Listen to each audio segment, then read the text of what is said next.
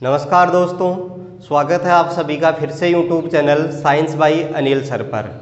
आज के इस वीडियो में हम देखने वाले हैं धातुओं का दूसरा रासायनिक गुणधर्म, यानी धातुओं की जल के साथ अभिक्रिया को हम पढ़ेंगे। पिछले वीडियो में हमने धातुओं की वायु के साथ अभिक्रिया को देखा था। इस वीडियो में हम देखेंगे कि धातुएं जब जल से अभिक्रिया करती हैं तो क्या बनता है। तो इसका जवाब है कि धातुएं जब जल से क्रिया करेंगी तो धात्विक ऑक्साइड बनाती है और हाइड्रोजन गैस बनती है। फिर जो धात्विक ऑक्साइड पानी में घुलनशील होता है वो धात्विक हाइड्रोक्साइड में बदल जाता है, यानी कि धातुएं जल से क्रिया करके धात्विक ऑक्साइड और हाइड्रोजन गैस बनाएंगी। जो धात्विक ऑक्साइड पानी में घुलेगा वो घुलकर धात्विक हाइड्रोक्साइड बना देता है। तो इसके बारे में लिखते हैं, धातुएं जल से क्रिया करके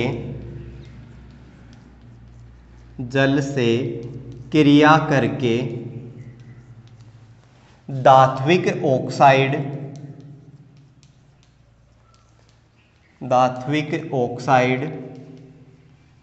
व हाइड्रोजन गैस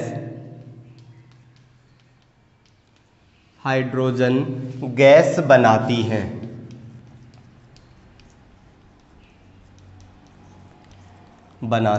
हैं। जो धात्विक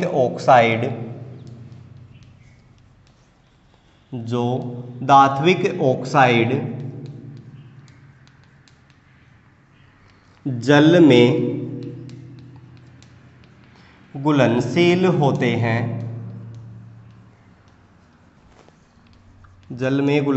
होते हैं, वे धात्विक हाइड्रोक्साइड में बदल जाते हैं।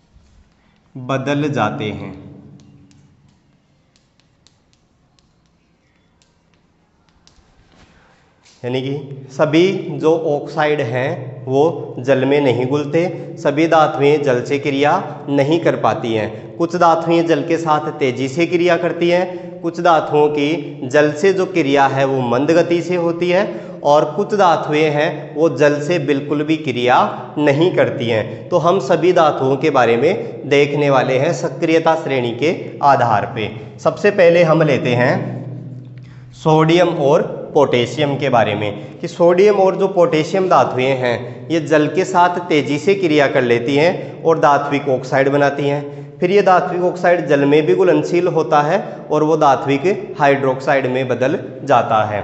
तो इसमें पहले लिखते हैं कि सोडियम व पोटेशियम, इनके प्रतीक ही लिख देते हैं, सोडियम व पोटेशियम जल के साथ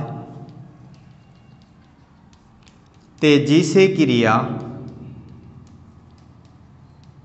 करके धात्विक ऑक्साइड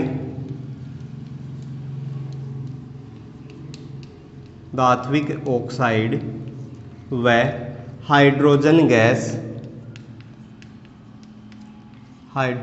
गैस बनाती हैं।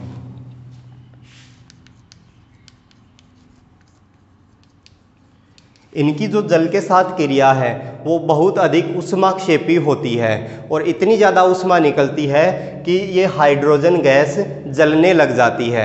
इसी कारण सोडियम और पोटेशियम को जलने से बचाने के लिए इनको मिट्टी के तेल में डुबो के रखा जाता है।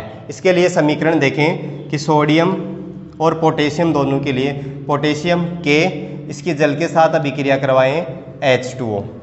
पहले धात्विक ऑक्साइड बनेगा, फिर वो पानी में घुल जाता है और धात्विक हाइड्रोक्साइड बन जाएगा, यानी potassium hydroxide plus hydrogen gas बनेगी।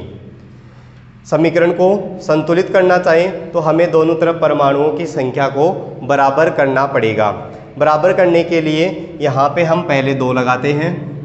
2 लगाते ही पोटेशियम के परमाणुओं को बराबर करने के लिए यहाँ पर भी 2 लगाना पड़ेगा। यहाँ 2 लगाते ही ऑक्सीजन के परमाणुओं की संख्या 2 हो गई। अभिकारक में 1 है तो इसको भी 2 करने के लिए यहाँ 2 लिखेंगे। अब हाइड्रोजन के परमाणुओं की संख्या 4 है और उत्पाद में भी हाइड्रोजन के परमाणुओं की संख्या 4 है, यानी ये समीकरण संतुलित है। दूसरा लेते हैं सोडियम के लिए, Na+H2O। ये जल से क्रिया करेगा, पहले धात्विक ऑक्साइड बनेगा, फिर ये जो सोडियम ऑक्साइड है ये जल में घुलनशील होता है और घुलकर सोडियम हाइड्रोक्साइड बना देगा, यानी यहाँ पे बनेगा NaOH और उसके साथ साथ हाइड्रोजन गैस बनती है। समीकरण को संतुलित यहाँ पर भी करना पड़ेगा, तो यहाँ 2 लगाएंगे, सोडियम के परमाणुओं को 2 करने के लिए इधर भी 2 लगा दिया, ऑक्सीजन यहाँ 2, इस प्रकार से ये समीकरण संतुलित हो गया। तो सोडियम और पोटेशियम की जल के साथ अभिक्रिया काफ़ी तेजी से होती है और अत्यंत ऊष्मा निकलने के कारण ये हाइड्रोजन गैस जलने लग जाती है, तो इसको जलने से रोकने के लिए मिट्टी के तेल में रखा जाता है। उसके बाद अगला लेते हैं मैग्नीशियम के, पहले कैल्शियम का देखते हैं कि कैल्शियम है, इसकी जल के साथ अभिक्रिया, कैल्शियम की जल के साथ अभिक्रिया मंद गति से होती है, मंद गति से होती है, यानी यहाँ पे इतनी ऊष्मा उत्पन्न नहीं हो पाती कि इस कैल्शियम का दहन हो सके। इसके लिए भी समीकरण देखें, कैल्शियम Ca+H2O, पहले कैल्शियम ऑक्साइड बनेगा, फिर वो कैल्शियम ऑक्साइड जल में घुल जाता है और कैल्शियम हाइड्रोक्साइड बनेगा, कैल्शियम हाइड्रोक्साइड, और उसके साथ साथ हाइड्रोजन गैस बनती है। समीकरण को संतुलित करने के लिए यहाँ पे 2 लगाना पड़ेगा, तो हाइड्रोजन के परमाणुओं की संख्या दोनों तरफ बराबर है, ऑक्सीजन के परमाणुओं की संख्या भी बराबर हो गई। तो कैल्शियम की जल के साथ अभिक्रिया है वो मंद गति से होती है। इसके बाद अगला लेते हैं मैग्नीशियम धातु। जो मैग्नीशियम धातु है वो ठंडे जल के साथ क्रिया नहीं करती, मैग्नीशियम केवल गर्म जल के साथ ही क्रिया करता है और गर्म जल के साथ क्रिया करके मैग्नीशियम हाइड्रोक्साइड बना देगा और उसमें भी हाइड्रोजन गैस उत्पन्न होगी। ये यहाँ पर इतनी ऊष्मा उत्पन्न नहीं हो पाती कि ये हाइड्रोजन गैस है वो प्रज्वलित हो सके। तो जो हाइड्रोजन गैस के जो बुलबुले हैं वो मैग्नीशियम धातु की सतह के ऊपर चिपक जाते हैं, इस कारण मैग्नीशियम धातु है वो जल की सतह के ऊपर तैरती है। कैल्शियम भी जल की सतह पे तैरता है और मैग्नीशियम भी जल की सतह पे तैरते हैं, क्योंकि हाइड्रोजन गैस के बुलबुले हैं वो उस धातु की सतह पे चिपक जाते हैं और इस कारण वो धातुएं पानी पे तैरती हैं। तो अगला लिखते हैं मैग्नीशियम के बारे में। मैग्नीशियम केवल गर्म जल के साथ ही क्रिया करता है, क्रिया करता है और मैग्नीशियम हाइड्रोक्साइड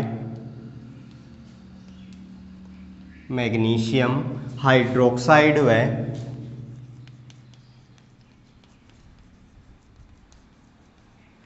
हाइड्रोजन गैस बनाता है।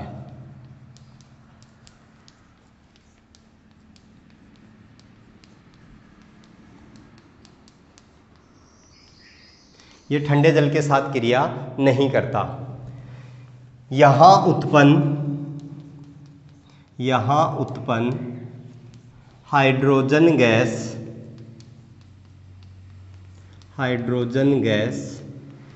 के बुलबुले मैग्नीशियम की सतह पर चिपक जाते हैं।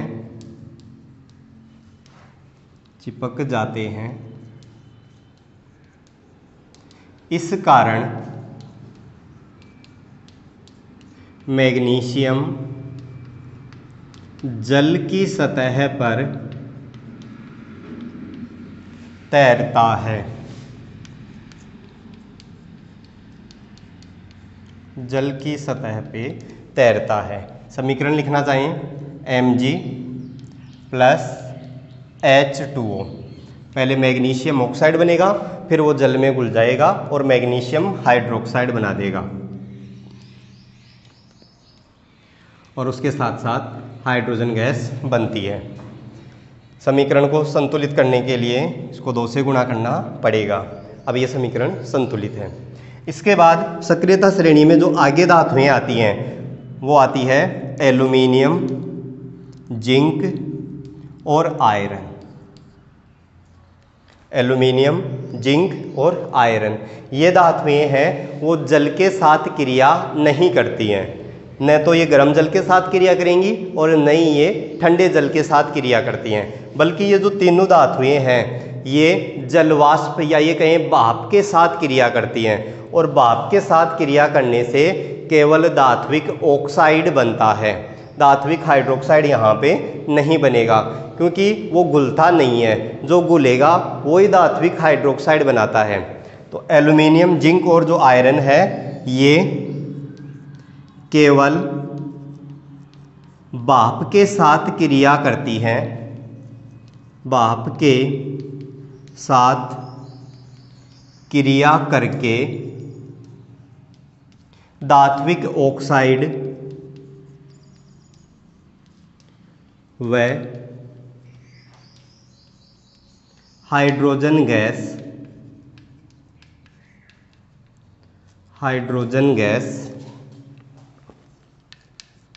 बनाती है। यहाँ पे धात्विक हाइड्रोक्साइड नहीं बनेगा। प्रश्न पूछा जाए कि एल्यूमिनियम, जिंक और आयरन इनकी जल के साथ क्रिया करने पे धात्विक हाइड्रोक्साइड क्यों नहीं बनता है, तो इसका जवाब ये होगा कि ये जो तीनों धातुएं हैं ये जल से क्रिया नहीं करती, ये केवल भाप से क्रिया करती हैं, और भाप से क्रिया करने के कारण केवल धात्विक ऑक्साइड बनता है, यहाँ पे धात्विक हाइड्रोक्साइड नहीं बनता। जैसे इसके लिए समीकरण लें, एल्यूमिनियम प्लस भाप, यानी सूत्र तो H2O ही लिखा जाएगा, तो यहाँ पे एल्यूमिनियम ऑक्साइड बनेगा Al2O3 प्लस H2। इसके अलावा जिंक की लें, Zn प्लस H2O, यहाँ से बनेगा जिंक ऑक्साइड और हाइड्रोजन गैस, और आयरन Fe प्लस H2O, यहाँ आयरन ऑक्साइड बनेगा FeO प्लस H2। समीकरणों को संतुलित करना आप सीख चुके हैं, तो आप खुद समीकरणों को संतुलित कर सकते हैं। इसके बाद जो सक्रियता श्रेणी में अंत में जो धातुएं आती हैं, जैसे सोना हो गया, चांदी हो गई, ये बहुत कम क्रियाशील धातुएं हैं, तो ये जल के साथ क्रिया नहीं करती हैं। तो ये एक लास्ट पॉइंट और लिखते हैं कि सोना और चांदी Ag, Au आदि धातुएं जल के साथ क्रिया नहीं करती हैं,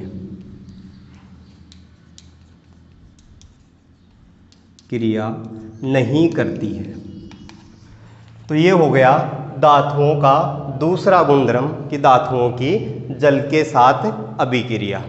तो आज के इस वीडियो में अपन इसी गुणधर्म के बारे में पढ़े। अगले वीडियो में हम धातुओं के अगले गुणधर्म के बारे में पढ़ने वाले हैं। तो तब तक के लिए धन्यवाद।